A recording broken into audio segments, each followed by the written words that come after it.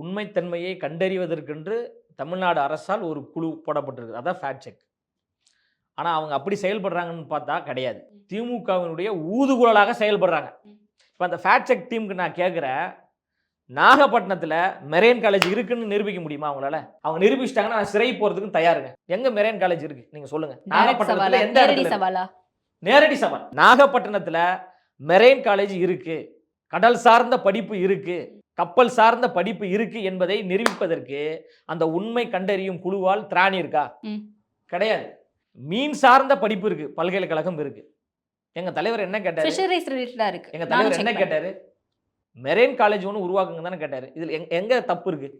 அப்போ உண்மைத்தன்மையை இந்த உண்மைத்தன்மை குழுவிடம் இருந்தே உண்மையை பெற வேண்டிய ஒரு சூழலா தமிழ்நாடு மாறி போச்சு. அப்ப நீங்க யாருக்கு வேலை செய்றீங்க?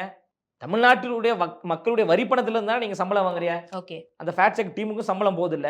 அப்ப நீங்க மக்களுக்கு உண்மையா இருக்கணுமா, இல்ல பொய்யை பேசி கொண்டிருக்கின்ற அரசுக்கு நீங்க ஏன் ஊதுகுழலா இருக்கீங்க?